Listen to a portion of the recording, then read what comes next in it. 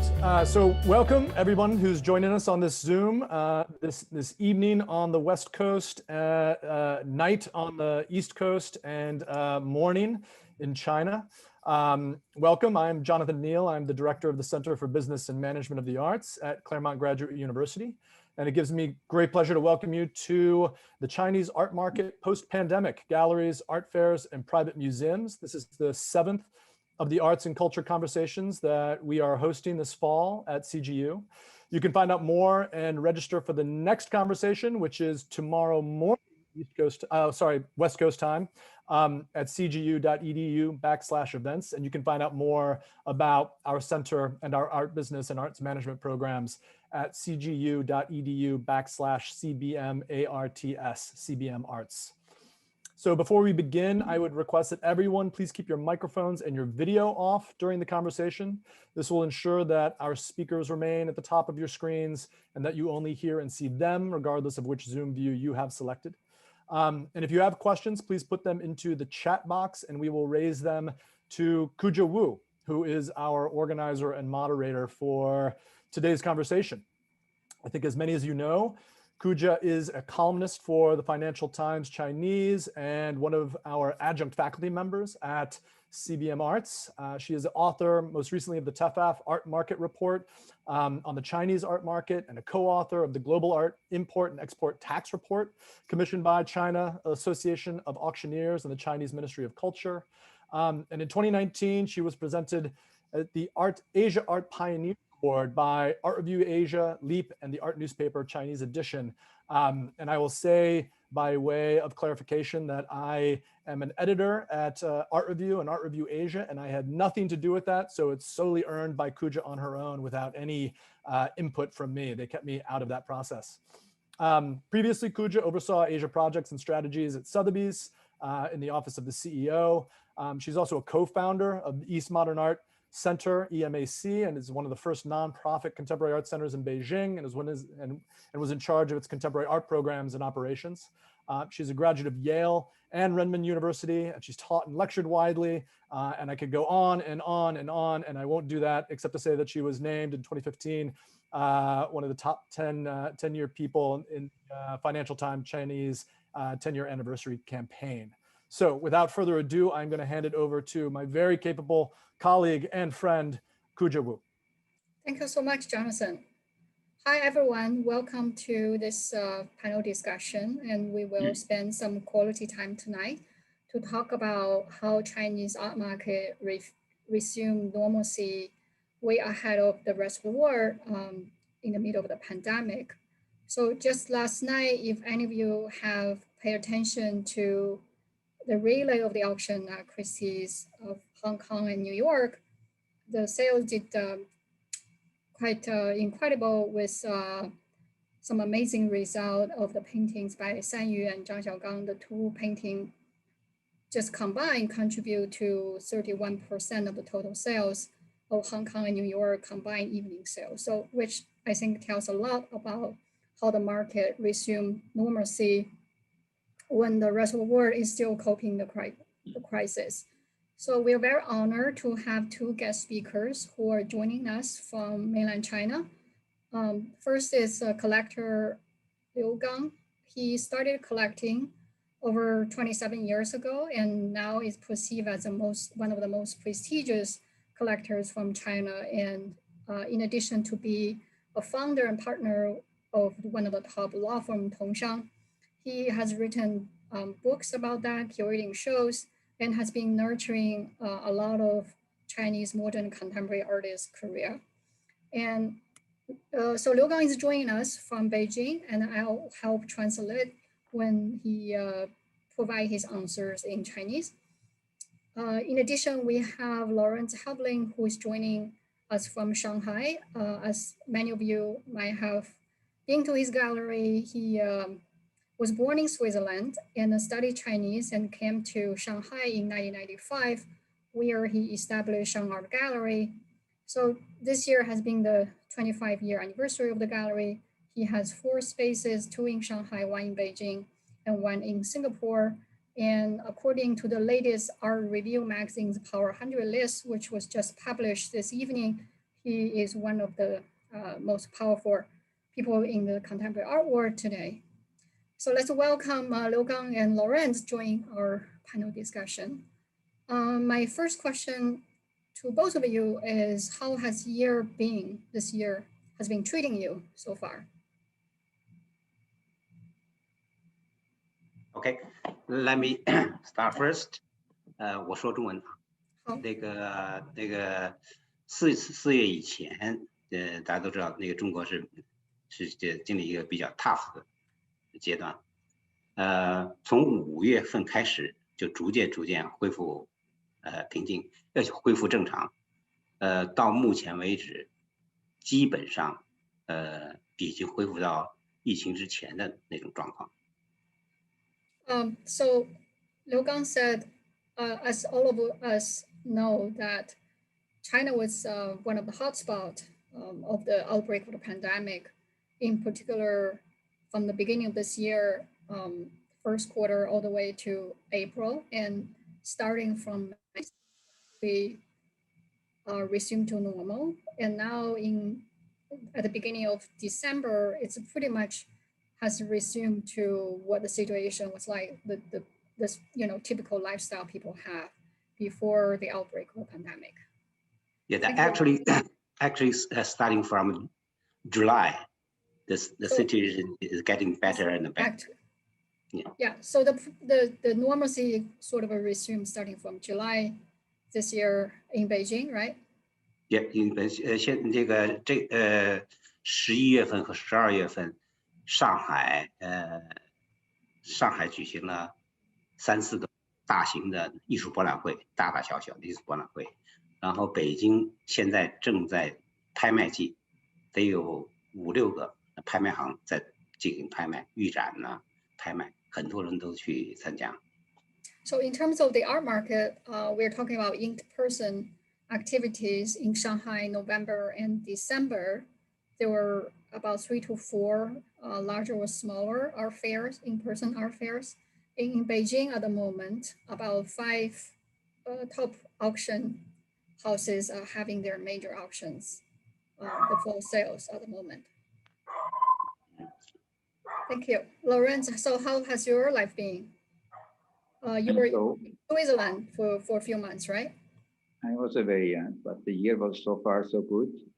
And the virus got us by surprise very early in the year. We closed Spring Festival, and somehow we only opened up 2 months later again. All the exhibition we planned we couldn't do. We had one planned for Beijing with Johan, an artist who, in the 40s, has seen a lot of changes and came to very peaceful paintings. But we had to cancel. In Shanghai, we had a show with Zhu Jia, whose paintings of like happy gathering outside of Western and Eastern people was totally not the right thing to show at that time. People shouldn't be together anymore. People, the East and West started to split up. So the exhibition was in a mess. Art Basel Hong Kong was supposed to be in March. It didn't happen. It was online. And myself, I was early February. I tried to travel to New York for the Armory show, which is stopover in Switzerland, and I stayed there for 7 months. I just got back to China in September. So big change. At the same time, the gallery was only closed for 2 months. Looks like not much today. It was 2 very important months, but we opened in March again by appointment. April, we had the first exhibition. We made a big show with almost 40 artists. So we tried get as much artists, as much energy, ideas together. And so we did the exhibition. We were open, but still till the end of the year, we did not even half of as many exhibitions as in a normal year. And also the gallery was often open only by appointment. When we were open, often we had queues in front of the gallery. People were very happy to have a place to go. Art gallery seemed like a good place to go. It was not crowded inside. people kept distance, people didn't touch things, people didn't shout. So often when we were open, we had queues. Yeah, and I've seen the pictures of your recent show of Yang Fudong that looks spectacular, and we'll come back to that in a few seconds. So Liu Gang, if we just elaborate, if you don't mind, elaborate further in terms of the life in Beijing. You said around April things start to pick up, and Yes. you also curated a show for the artists you have been collecting, Zhu Jingshi. I know he has a large installation that was collected by the LACMA, LA County Museum of Art. So would you like to tell us about how the exhibition of Zhu Jingshi in Beijing took place, how you organized that, and what was the situation of the art world in Beijing like after April, including art fairs and 798 community? 朱金石那个展览呢是非常非常一个独特的，也是我帮助他策划的。那个展览是在一个四合院里头，就是非常传统的这个四合院里头，并且它的具有江南的一些的风格。其实，在那里做展览的话是不太容易的，因为它有很多的环境的干扰，因为它有很多建筑上它雕了很多雕花啊，画了很多传统的绘画，并且它还有一些假山石、花草等等，所以实际上是不太适合做展览的，就不太容易做展览。但是朱金石的作品呢，它比较强壮，要不你先翻吧。So artist Zhu Jingshi, as we mentioned, is a living Chinese contemporary artist who is represented by quite a few galleries. So Liu Gang has been collecting his work for years. And in terms of this show that he curated in Beijing, that's in a private museum recently established at the Golden location in the city, now like pretty much right next to the Forbidden City. So the private museum was built based on an ancient courtyard community. And the decor is very much traditional Chinese with a certain landscape design that looked like literati style with literati rocks and then some trees. So overall, the architectural style interior design is not really ideal for contemporary exhibition. So it was quite a challenging for him, but quite a challenge for Liu Gang, but he managed to come up with a creative way for the show. 对，那实际上我们利用了那些环境，实际上和那个朱金石的他的厚绘画，他的绘画是有点立体的，就颜色很厚，所以通过那个色彩的对比，还有它的一些装置的对比，实际上是它那个艺术品和周围的环境相得益彰嘛，相互能够帮助表现出它的魅力来。So as both a curator and then a collector of the exhibition, Liu Gang fully took advantage of the unique creative style of Zhu Jingshi, where his oil painting is layered with very thick paints, which are very colorful. So Liu Gang sort of articulate that unique genre and really integrated the very elaborate color with that interior design, which overall make the exhibition look really elegant. 那个北京的现在那个收藏圈子里呢，还是已经完全恢复到以前的状态。我们收藏家之间也是定期的聚会，聊天中大家都觉得货币在贬值。不仅仅是人民币，美元、英镑、欧元都将会贬值，所以大家都觉得现在就是需要把那个现金转成一些实物资产，其中一个就是艺术品。我再简单跟进一个小问题，就是您说的这一批您的好朋友，包括这群收藏家，已经恢复到这个疫情前的状态，是指他们今年也买了一些东西，是吗？对，也参加去看看那个博览会，买东西，并且买的东西都比往年多。Okay, so in terms of the top collectors community, the friends group of Liu Gang that he interact with them and hang out with them quite often, he said from his observation, their collecting activity pretty much resumed back to normal before the pandemic. In a way, it's a consensus among the demographics that overall currencies are getting devaluated, which is not just about Chinese yuan. They're also thinking other international currencies like US dollar and the sterlings. So their forecast is the currencies are devaluating. As a result, for collectors, they think it's better to spread their assets and then begin to collect more artworks. As a result, they have been actively participating in the art fairs which took place in China in the second half of this year and go to museum shows, etc. So we'll come back to that in terms of the collector's behavior and private museums. So now I want to ask Lorenz, you touch base about how you were in Switzerland and then the gallery was closed for 2 months. So do you want to talk a little bit more in terms of shows you organized? I'm going to share the screen now so people can see more visually.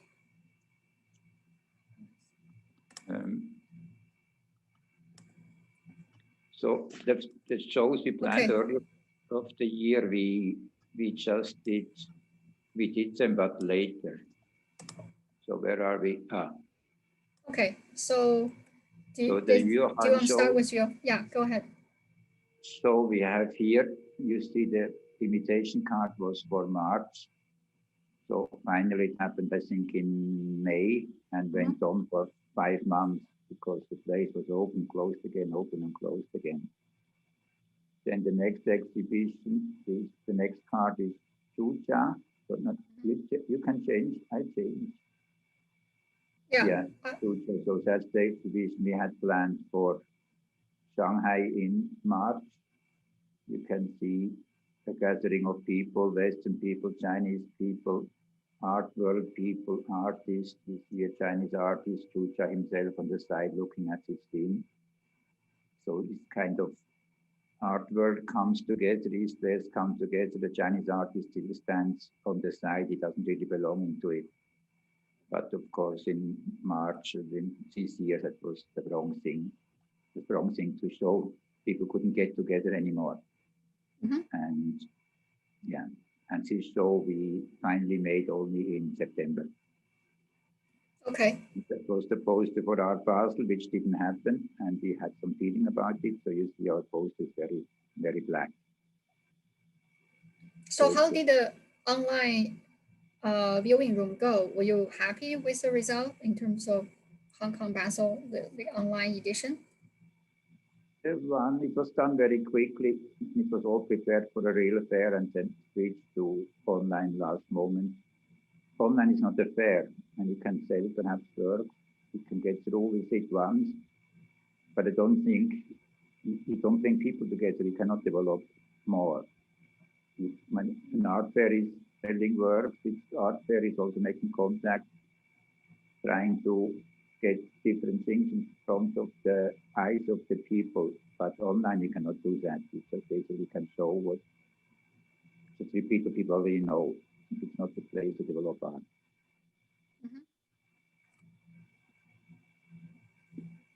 Yeah. The Armory show. This was the show, Armory show we tried to do in March, so that's why I was also on the way to New York. It's Melati, it's an Indonesian artist. He planned a big performance in the Armory in our booth, this ink on the walls. And of course, it didn't happen. We pulled out in the last moment, and I think people in New York are also quite happy that it didn't come. Yeah. but it was cancelled. The performance never happened. Yeah, and this one.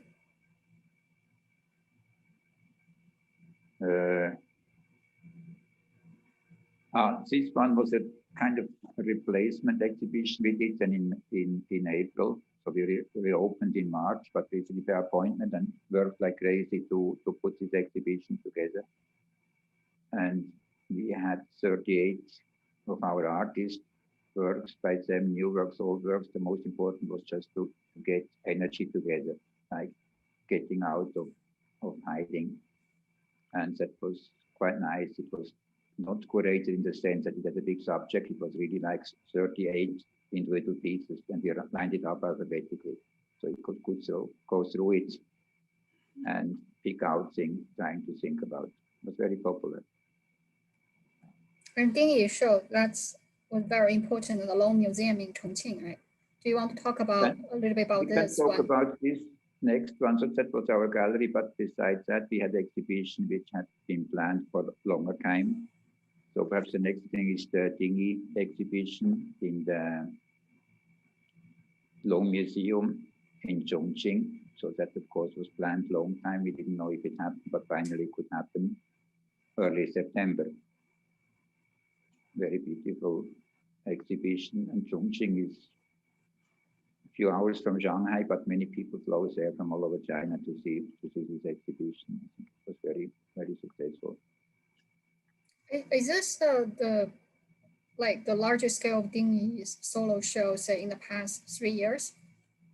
If you look back, like his solo show in China, I imagine this probably one of the most important one of his exhibition.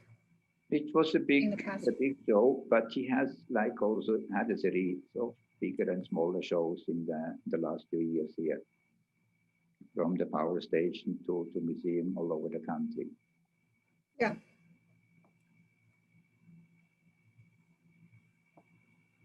This is a highlight of the year. I think it was a very important exhibition like this from Zhang and Li, also planned for a long time, even longer, since Zhang and Li was in the power station. So here in Shanghai was also kind of post-exhibition. We're looking back 20, 30 years, basically. And just trying to show what these artists want to say, what they have been working, what they want to say. So how long have you been working with Zhang and Li? Now he's also represented by Hao Zhenworth. Zhang and Li was 98, perhaps. Mm-hmm. First exhibition we did in the gallery, 96, was with Dinghy, so the first artist we showed. And almost the same time, but a year later, we started to work with Zhang and Li. Yeah. So this is very long relation. It's also, they had a different position in the society, in that they were important artists then, but the art circle was very, very small. People didn't know. People in the circle knew about these artists, but outside not many people knew. When we started with these artists, we were kind of the fringe of whatever. So 30 years later, have them in the major museum was quite a big change. Yes. So this exhibition is at the moment ongoing at the power station of our in Shanghai. If you have a chance to travel there. Both exhibitions are still going on, yeah. Yes. Yeah. Liang Shaoji. And now back, so we are back to Shanghai, basically back to the art fair in November here in Shanghai. So at the West Point Art Fair, we had a solo booth with Liang Shaoji, who is also born in the 40s, an older artist. In thousands of years, he works with silkworms. So he calls them his collaborators. So he has idea what he wants to do. He works with the silkworms who know what they do. They have been doing for 1,000 years the same thing. Now they easily mulberry leaves and then they start to spin. So the related start to spin the silk. And Liang Shaoji sees them as not as a brush, but as things, animals with certain rules, and he tries to twist them around that he can make artworks together with them. So here on the image, you see the silkworms have been spinning over tree branches. He can spin over computers, over newspapers. A very slow process. You have to work like that. You see here takes 2, 3, 4 years. So it's season by season. The silkworms spin, and finally they make a cocoon to do what they want to do. But in before that, Yang Zheqi somehow convinced them to make some artwork. Very peaceful artworks, very calming artworks. I think that's also why we decided to make a solo show with him at Westbund Art Fair. Our booth was exactly in the middle, by chance, in the middle of the fair, and in the middle we had a white, peaceful, calm booth. And the reaction was quite, people came by, and Art Fair normally is very busy, very hectic, but people came to our booth, and many people, they just calmed down, they were there, and enjoyed what they could see. So the next image is Yang Pudong. So how do you want to talk about this one? Because that was definitely the highlight of Shanghai Art Week in November. Everybody was just talking about your solo show of Yang Pudong. It was a very good, very ambitious exhibition, also long term in planning. Not easy to convince Yang Pudong to do a work, to do a new work for a gallery exhibition. But he was pretty motivated. Opening was just shortly before the art fair. It's on 2 floors of the gallery. He did something he called painting, movie painting. So what you see now is here is an installation. In the middle is a photo. On the photo, he overpainted a little bit, and then he had like 16 video projected on the photo. And of course, it reflects on left and right. And on the side wall, you see the photos. On the ground floor, you had big paintings. I don't have photos here, so big paintings which were based on very old paintings, 700-year-old paintings. So Lohans, Arhat, and Yang Pudong's new interpretation of them. And these paintings, they have been around for a long time. They have been repainted. Many artists took them up again and reinterpreted them. So that's a little bit our Yang Pudong work. He called it a painting movie, a movie painting. That means if you go to the exhibition, you can see a lot of things. You see paintings, you see photos, you see videos. But basically, you make your own movie. You walk around, you can even walk. There is the entrance upstairs, goes through a painting. So you walk through the painting and you discover the world behind. The thing, his idea is, I do a work, but basically the most important work is what you do. It's what the visitor finally does in his brain, in his mind, in his soul. And the exhibition was very, was very good. People also got very calm and started to think. Thank you. It's great to hear you have aggressive exhibitions mounted in this fall season. So here are the pictures of your different locations, right? Yeah, that's a later question about what. So I think we can show it quickly. It's just the four locations. We have Shanghai, 2 places in Shanghai, and Singapore and Beijing. But that's just for quick. Okay, thank you. So, Liu Gang, we have noticed there are quite a few private museums recently opened in mainland China this year, including Shanghai, Nanjing, and Shenzhen. And you yourself have been involved in some private museums. So what's your take about this new group of private museums? Are they quite different from the museums that have been widely talked about? And what's your take on this? 新的的确有几家新的美术馆，比较引人注目的，比如说在广东顺德的一个叫和美术馆，它是以传统绘画和当代绘画为主。它的出资人是一个那个家族企业，做电器的。它的开幕展也是吸引了很多的人。以前翻译这个。So there are quite a few that was quite prominent, got a lot of press coverage this year. First of them was in Guangdong, Shunde, called the He Museum, which has a pretty clear collecting focus of traditional and contemporary paintings. So the museum was founded by a family business, a private entrepreneur. So when it opened, it really attracted tons of visitors for the opening show. 还有一家叫 X Museum， 在北京的，是由那个年轻藏家 Michael 黄和 Teresa 谢创办。这家美术馆主要是展年轻人、年轻艺术家的作品为主。就海内外都有，对吧？海内外都有，对。Another one is called X Museum, which also has been reported by a number of international press you might have heard of. It's funded by the Chinese collector Michael Xufu Huang and then Teresa Xie.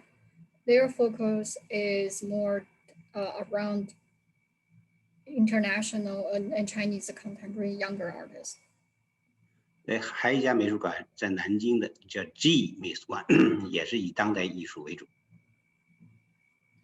The third one Yogan would like to talk about is the G Museum in Nanjing. Again, it has a very strong focus of collecting contemporary art. 我就不一一列了。那个最近我看了一篇文章，说在过去的5年，也就是2015年到2000年，在中国出现了3000多个私人美术馆。是从2015年到现在5年，是3000多个是吧？对。So if we step back a little bit, we look at the big picture. Recent report Liu Gang read talk about from 2015 to 2020, in just 5 years, there are over 3,000 new private museums established across China. 那篇文章他统计说，在未来的5年，就到2025年，还会有另外5000个新的私人美术馆出现。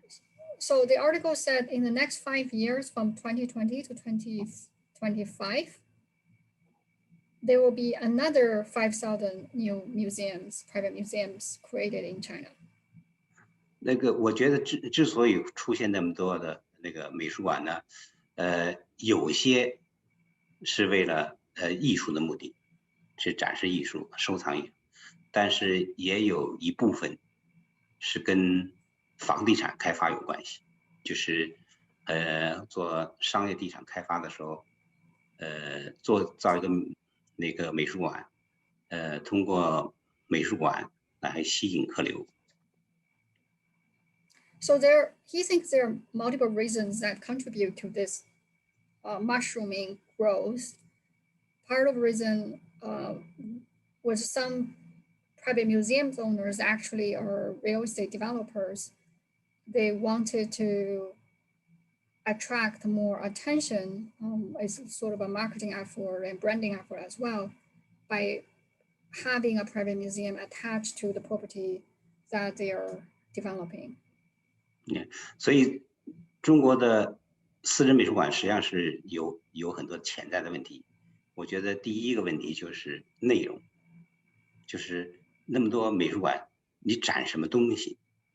很多美术馆是没有收藏的，它只是美术馆，它很多展览都是借过来的展览，所以有没有那么多的东西可展，实际上这是第一个问题。So he himself, based on his private observation, there are a few challenges those massive numbers of private museums are facing. First of all, what kind of content and programs you're going to put into the space? Not every single private museum has a private collection associated with the space. So if for certain places who don't have a private collection, what you're gonna do, which means you are more of an exhibiting museum, and they constantly need to borrow shows and have shows on loan to travel to the space for an exhibition. 第二个问题就是专业人员，实际上那个有很少的专业人员，那个水平比较高的专业人员，在中国就包括策展人呢，也美术馆的经营者、经营那个管理人员，实际上是很缺乏的。Another problem he thinks is the lack of talents, professional staff to develop the program and manage the space. That has been a major weakness for many private museums in the country at the moment. 第三个呢，就是运营资金，就是那篇文章也做了一些调查，绝大部分的美术馆运营资金筹到位的，最多是1年。也就是1年以后，他的资金从哪来，现在还是不确定的。So the third problem is the funding among the thousands of private museums which have been recently created, and then there are many thousands to be created. It seems that those organizations who have sufficient funding is quite limited. So majority of the private museums only have funding to support them for a year, which bring a significant challenge in terms of what's going to happen after 12 months. 所以那个虽然中国的美术馆建造速度很快，数量也很多，但是能够维持下去的话，绝对是一个很巨大的挑战。Okay, thank you. So overall, he feels that it is quite spectacular with this kind of exponential growth in terms of creation of new private museums in the country. But long-term wise, how all of them could sustain, it is indeed an interesting challenge for many such organizations. Thank you. So Lawrence, my next question for you is, you talk about, a number of the top artists you have been working with for decades, including Yang Pudong and Zhang Li. You began the representation in the 90s. That has been over 2 decades. So as one of the earliest galleries who still have multiple spaces in the country, how do you see the transformations of our creativity in China has happened over the past 30 years? Are you still looking to discover new artists for your roster? And what are your criteria of finding and discovering artists to be included for Shang Art? Yeah, in the last 30 years, a lot of things changed. The city changed, highways, high rises, artists, a lot of new generations of artists came. But then, like looking back, suddenly I saw all the artists we've been working with basically had one background. It's kind of a very global view. Like Dinghy or Zhang Li, the artists you saw before, they were living here in the 80s, 90s, very isolated still, but and perhaps in very small apartment, but their view was global. When I came here, the artists were doing their artworks. They were thinking about Venice Biennale, they were thinking about MoMA, Guggenheim, and they knew about things going on in the West. So for me, I thought they live far away in an exotic place. I come to discover, I realize these people, they don't live in an exotic place, they live in the middle of the world and they observe the whole world. The education, what they do is, they had an education in China, Chinese culture, Chinese art, and they knew what's going on in the West. Perhaps they haven't seen much of, they didn't have many museums, so haven't seen much originals, but they knew basically the major artists. And of course, these artists were kind of the fringe. They were not in the center of the art world. The big artists, the artists in the museums were different people. And today now, like they are in the major museums. So it's kind of a funny development that these artists which had global ambitions, they are Chinese, they are Shanghai, they are Beijing artists, but their idea was we are artists from today. They didn't like the idea to say, oh, you're a Chinese artist, and I'm an artist, I'm doing works today, I want to do a painting, which is important today, and today it's the world. Today is not my little lane somewhere in a village, but it's the public is from Venice to MoMA. And so I think the market developed a bit in this direction, or a big part went into this direction, which is quite good. If you go on to look for young artists, yes, I would still go on to look for young artists. I think I look for the same thing, strong personality, people who are aware of the world, people who have a good education, people who are ambitious. But what they do, I don't know. I think the last 30 years was really kind of globalization and being a part of it, even if people outside China didn't really ever accept them as global citizens, they thought they are exotic. But in the mind of the people here, they were people of the world. So not a lot of the younger artists now, they can go overseas to study. Many went overseas to study in good schools, they come back. So they have still this global background. In which direction they go, I don't know.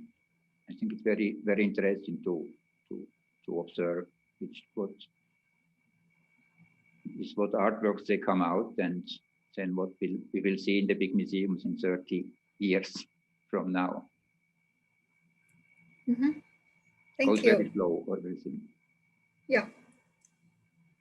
So in terms of artists, Liu Gang, you have been collecting so many artworks, and then over the years, you have been nurturing the career of many artists, because some of them couldn't have survived without your support.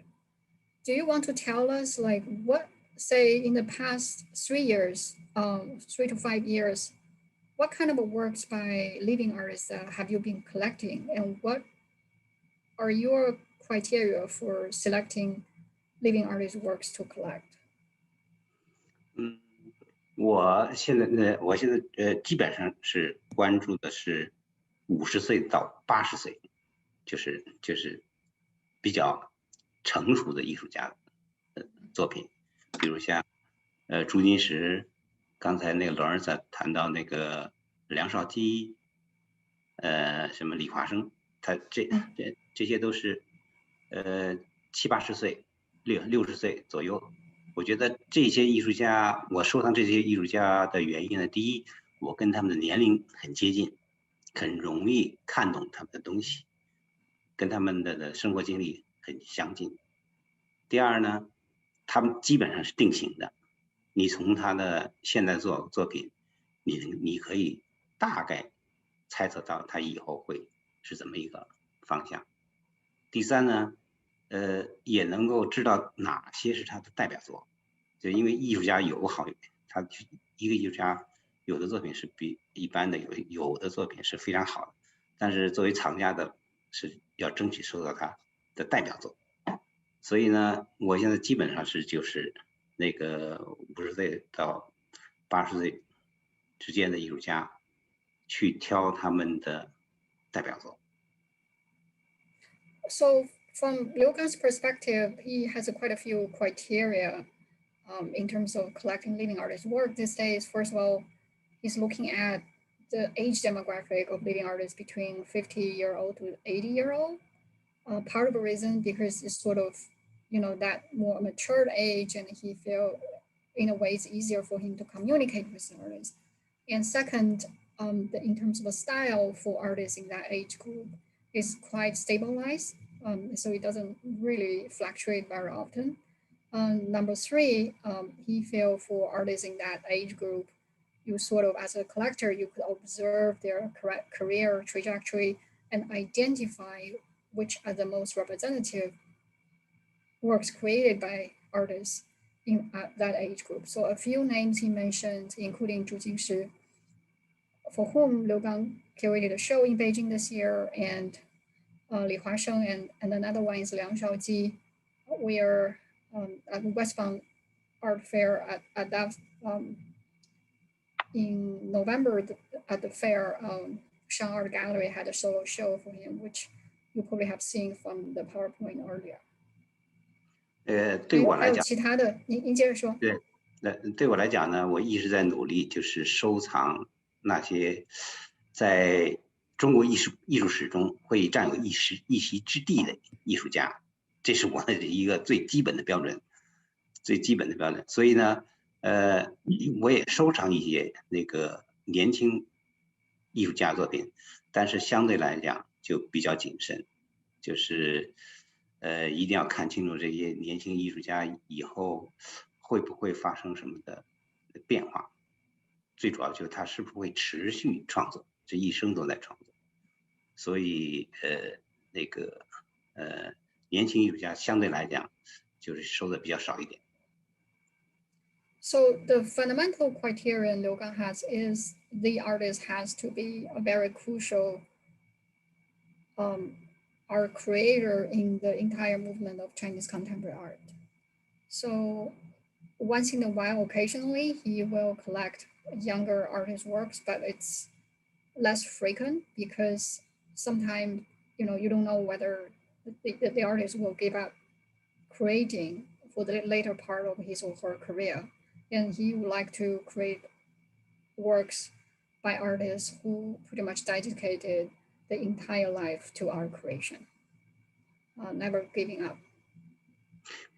还有就是即使不是很有名的艺术家，但是他的作品能够反映中国的社会进程，我也会收藏。So on top of that, there are some artists who are not, the towering figure today, but throughout his or her career development, he or she might have created something that was a very instrumental work, watershed work in the development of Chinese contemporary art history. For that type of work, he will collect too. 好，谢谢。谢谢。So Lawrence, going back to collectors, Liu Gang described his criteria and then what kind of trend he's looking at. So what's your observation in terms of the transformations of Chinese collectors over the past 3 decades? Because I remember you told me earlier, back in the 90s, you worked a lot with expatriate Western collectors, including people like Uli Sig and then Guy Woolens, but now it's more Chinese collectors who contribute to the majority of the business. So what has been your observation in terms of their changes over the past 30 years? At the beginning, since contemporary art was very far away from most of the people.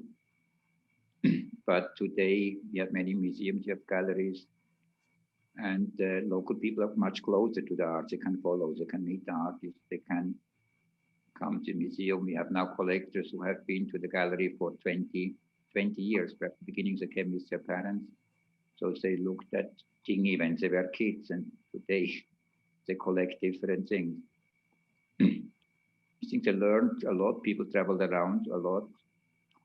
Also, perhaps the ambition changed also. Like Liu Gang said, often beginning some of the collectors, some of the museums were kind of linked to a property development. There's a lot of apartments and they made a small place for museums, as a museum there to attract more people. I think that was fine because it gave also art a chance. Art didn't have any place to be shown. Contemporary art had not many places. I was very happy about any place. Doesn't matter what the motivation is. But today things changed a lot, and I think especially family museums perhaps get very important. So that people who have long-term visions, they collect and then they make a museum. They are pretty established. The business is established, but they think also about, like in the West, what can you give back to society? What can you make? What can you contribute? I think what you can see now, some of the museums are there taking shape, and I think they will become very, very important. still all over China doesn't have enough museums, doesn't have many museums compared to America or to the West. Still a long way to go. Yeah, I assume you're talking about the quality of the programs and then the quality of the collections, right? Of the I'm private not so museums. worried about quality of programs because people learned a lot. I saw many museum people were laughing, oh, he has no idea what he's doing. And 3 years later, it was there. It develops very quickly. Mm-hmm.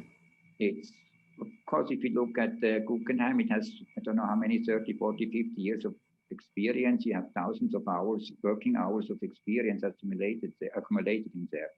Here, it was started from zero, but the idea was there, the ambition was there, and you can see it take shape. Some will succeed, some will disappear again, but I think it was the same in New York. No, it didn't have the Guggenheim nobody knew that it becomes so big, or the Mohan will be so big, or the Whitney has his positions. There are people trying something, and some were luckier or smarter or had good people helping them, and finally they established something which today we look at it and oh, that's the Pompidou. But it's always created by people, and I think that's where we are now here. Things are created. Yeah, thank you.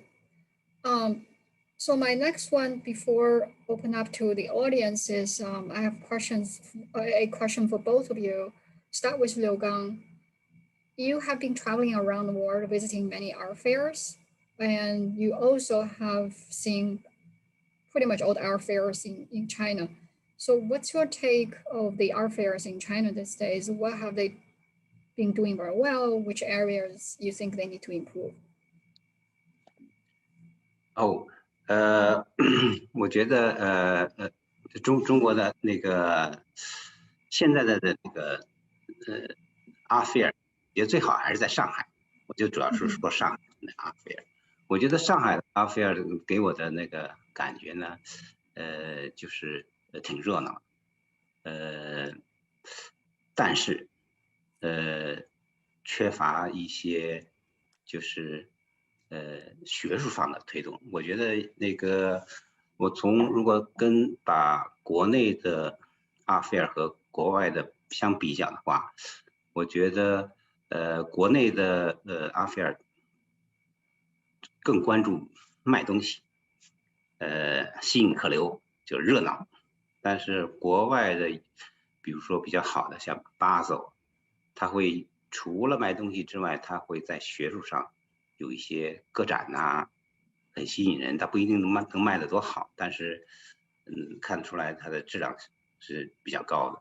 所以我觉得在这方面的话，国内的那个博览会的组织者呢，应该吸取一些经验。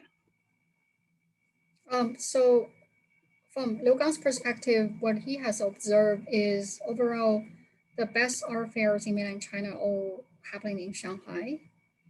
And it seems that so far what they have done well is they have been very successfully attracting foot traffic like visitorship, which is very impressive. Tons of people visited. You might have seen from a lot of press report on that. But compare with more established art fair, international art fairs, for example, Basel, their problem, the art fairs in China, their problem is they seem to focus too much on the commercial side, which is attract people and sell works.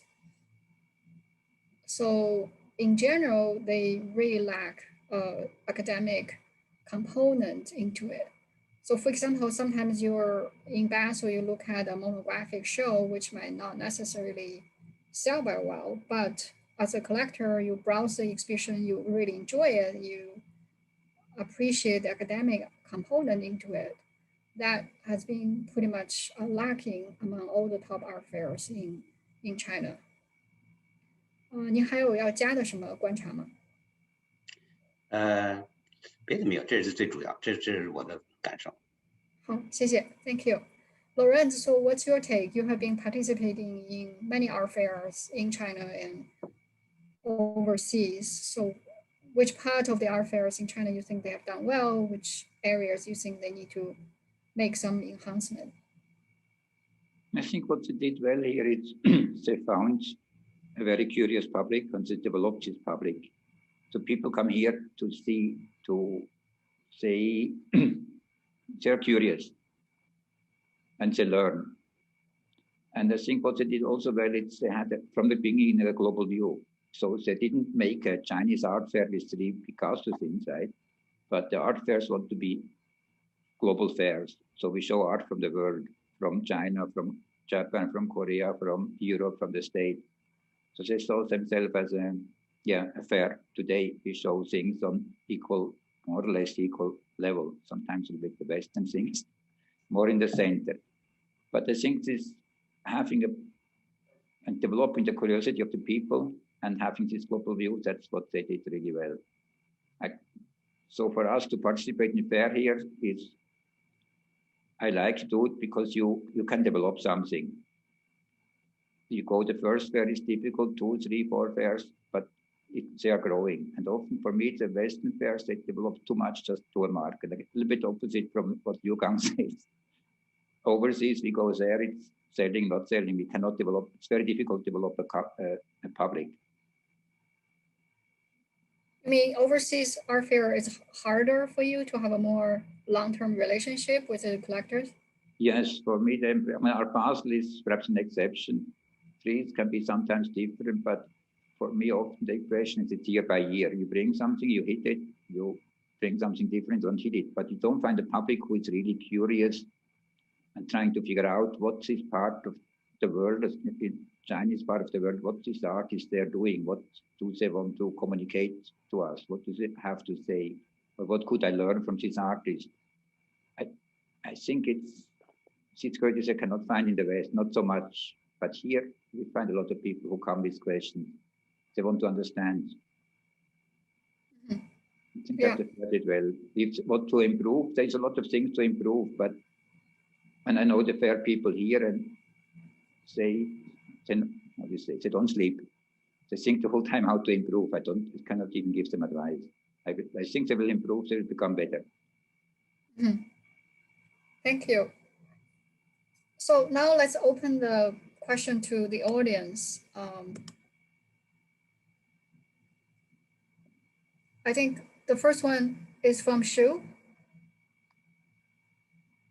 So one of our audience here, Shu said, for Asian art fairs, what are something that are being done that making them more commercial than academic? Is there perhaps a cultural difference that's causing that? 我先说吧，我觉得 Okay, go ahead. 我觉得这跟那个culture difference 跟 culture 没什么关系。那个因为如果说到中国的 culture 的话，那个古代有很多的收藏家，他们的收藏的话，基本上都是为了艺术，都没有像现在那么 commercial。我觉得还是之所以是这样的话，可能还是由目前的社会环境导致的，就是包括那个现在的中国的经济发展的社会状态、社会阶段，以及舆论的导向，就是这个舆论呢，现在过多的关注某件作品卖了多少钱，而不是关注某件作品对社会、对艺术带来了什么，做出什么贡献。我就是跟 culture 没关系，跟文化没什么。So from Liu Gang's observation, going back to your question, he does not think that it's a culture difference between East and West that caused why Chinese art fair he thinks is more commercial. If you look at ancient Chinese history, actually there were many very sophisticated, academic-oriented collectors who were incredibly well-known throughout the collecting history in different dynasties.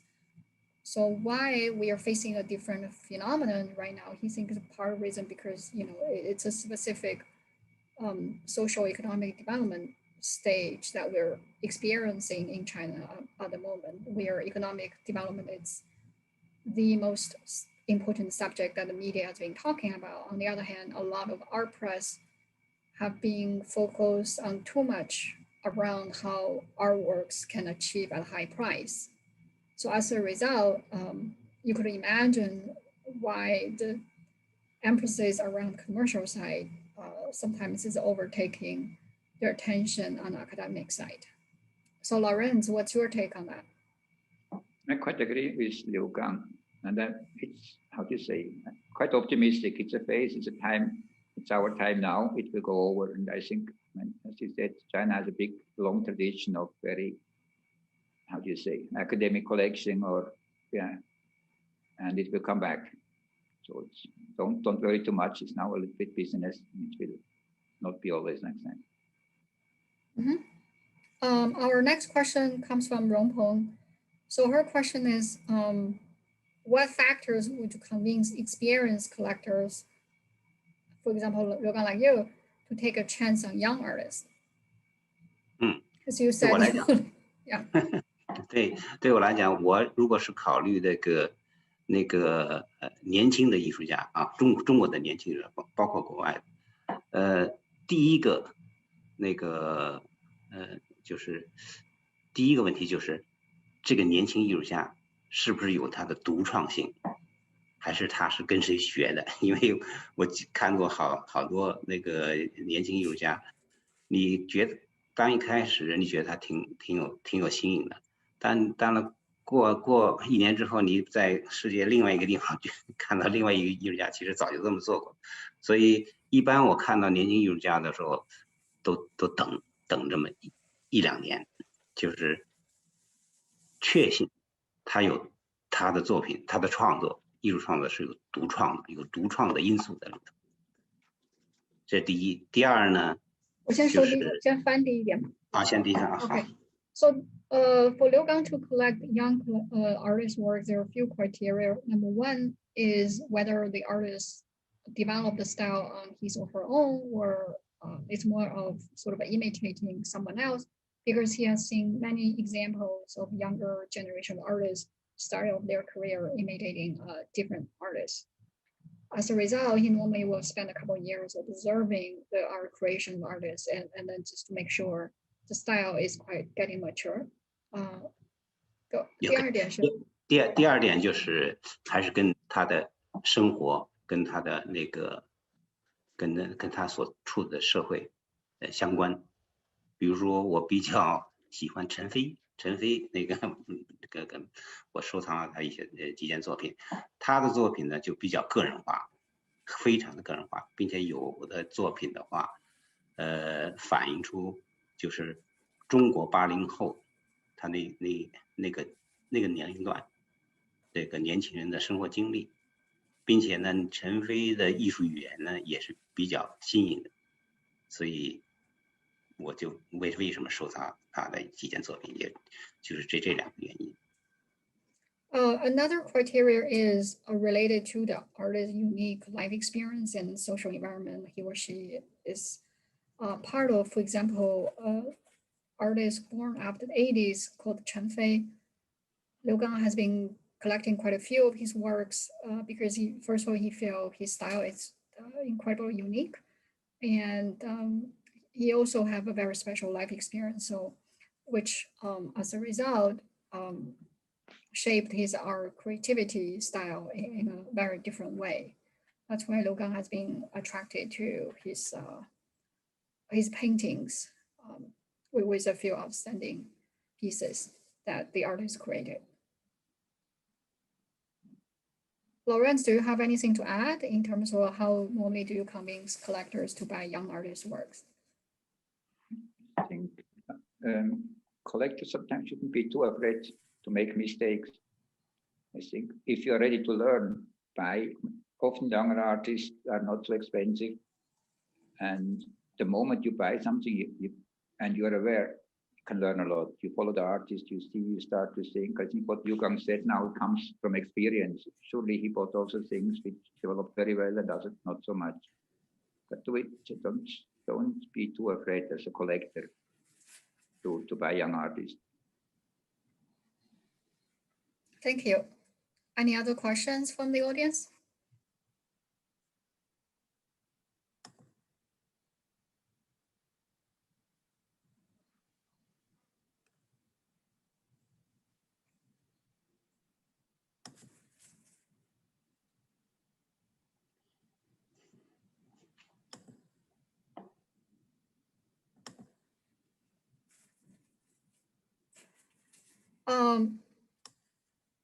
So if there's no more questions from the audience, I have another one in terms of this 2020, the year has been a very fascinating year. I guess the Chinese market is sort of fortunate to have recovered quite quickly. And then like with collectors like Liu Gang and many clients of Lawrence have actively buying. Some of them are at a level which is much higher in terms of spending compared with before the pandemic. So if you look ahead of the market in China in the next 3 to 5 years, and what's your forecast? Liu Gang, shall we start with you? 我觉得那个今后的几年吧，肯定是精品是越来越贵，就是那个重要艺术家的代表作会越来越贵。比如说刚才说那个张小刚，他的那个不是刚刚在 Christie 拍了一件作品嘛，非常非常贵。 好像是，价格是最低估价的3倍吧，我印象中好像是很高的，所以我觉得就是只要是好的作品，无论是在经济好或者经济不好的情况下，只要出来，肯定会有高价，所以未来几年的话，就关键看。 有没有好的作品出来？从我的观察来讲，就是，像我们这一代收藏家，就是60多岁60来岁吧，现在都在面临考虑着，就是如何处置这个藏品的问题，现在已经在开始考虑了。有的藏家已经就逐渐定制计划。 就开始往那个市场上，送拍，所以我估计未来几年会有好的作品出来。那个 middle market， 您这边有什么观点？就是中级 middle market， 我觉得是，还会跟现在就是能维持就不错了，很可能会还会往下走。就一般。为什么呢？您是指当代艺术是吗？ 对，我指当代艺术。当代艺术的话，因为大家都明白，就是你要么便宜，就是你可以冒着风险，你就是去买。如果是也挺贵，也不少钱，但是也不是很重要。藏家一般都不会买。现在中国藏家都明白这个道理，基本上都明白这个道理。 所以您指的就是 middle market， 不光是中国艺术家，还包括海外艺术家，都是类似的心态，是吗？对，类似的心态，我觉得。So to summarize what Liu Gang said, if we divide the market based on the price, so the high-end market, he think in the next 3 to 5 years, the top end of the market, artworks with rarity will continue to increase the price, like what we have witnessed last night at Christie's auction, where Zhang Xiaogang's painting was sold at 3 times of estimate, at almost 100 million Hong Kong dollar, which is about 14 million US dollar. So that's a new record of the work for this living artist. The other thing Liu Gang feel like, for example, for the collector in his age group, which is around like early 60s, they have started to think what kind of arrangement they are making for the entire art collection. Do they need to reshuffle in terms of, the composition of different artists moving forward? or what's the plan. So it won't be surprising that some of those artists in this age demographic will start to liquidate some of the paintings or works in their collection through the secondary market. In terms of the middle market, he personally feel in the next few years it will probably continue to shrink because the collectors are getting more and more sophisticated. So they feel if the price of certain living artists in the middle market is overvalued, they will be very much hesitated in terms of collecting. Thank you. So what's your forecast, Lawrence, of the market in the next 3 to 5 years? I don't know. It could be that it will explode quite a lot. It was preparing now for 10, 20, 30 years. The art market developed, artists developed their workings there. Could be that it explodes now, perhaps also not. I think what it will be very important 3, 4 years now. Very interesting 3 years also. Good to observe. In terms of the art creation or in terms of a collector's change of behavior? I think one is for the collectors, the artists who have been working the last 30, 40 years, because perhaps their work can come to fruition now, the collector, what they have been doing. So for them, I think it's very interesting. And then for creation, it's surely very interesting because we don't know exactly which direction it will go. If it continues what we have seen in the past, people, strong individuals doing their artworks, finding their position in the world, or if it goes in totally different direction. I think the next few years we will see perhaps it goes in two directions. We can then later look back and say, okay, that was till 2020s. This art developed till then and then stopped and then something new started. Or perhaps it was longer. We cannot see.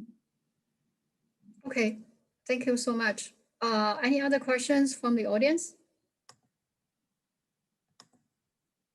Okay, if there's no further questions, we're gonna conclude the discussion tonight. Thank you all very much for participating in this talk. I know that many of you are dialing. Shu, do you have a question? No, it's just clapping. Oh, okay, thank you. So yeah, thank you everyone, especially for those participants who joined from the East Coast. I know that it's getting late. Thank you and take care and stay safe. Bye. Bye. Thank you, bye.